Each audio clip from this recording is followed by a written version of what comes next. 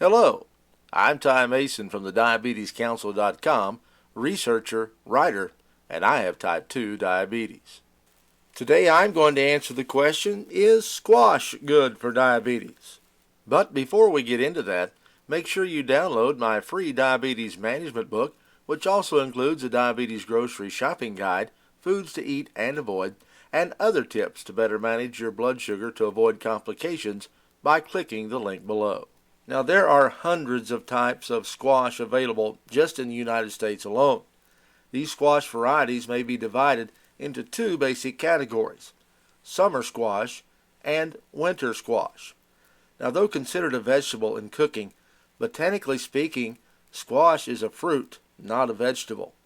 And summer squash is technically a pepo, a type of hard-walled berry. Cucumbers and watermelon are both more accurately described as pepos as well. Now, types of summer squash include Cousa, Pattypan, Tromboncino, zucchetta, Crookneck squash, straightneck squash, and probably the most popular, zucchini. Varieties of winter squash include acorn, butternut, amber cup, carnival, spaghetti squash, and a pumpkin. Yes, a pumpkin is a squash.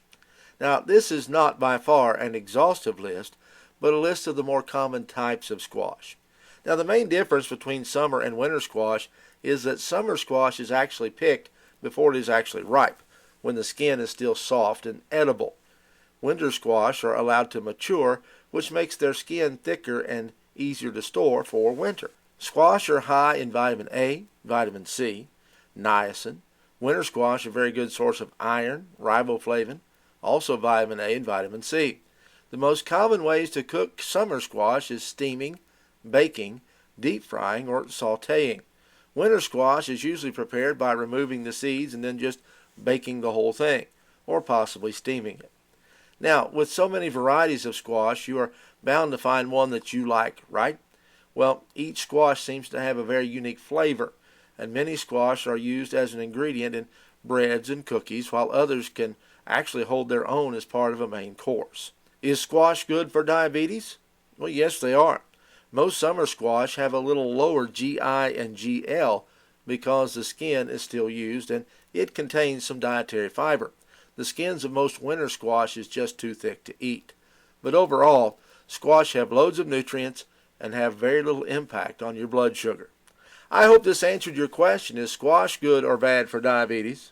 Don't forget to get your diabetes management book by clicking the link in the description box below. And if you like our videos, please subscribe to our channel.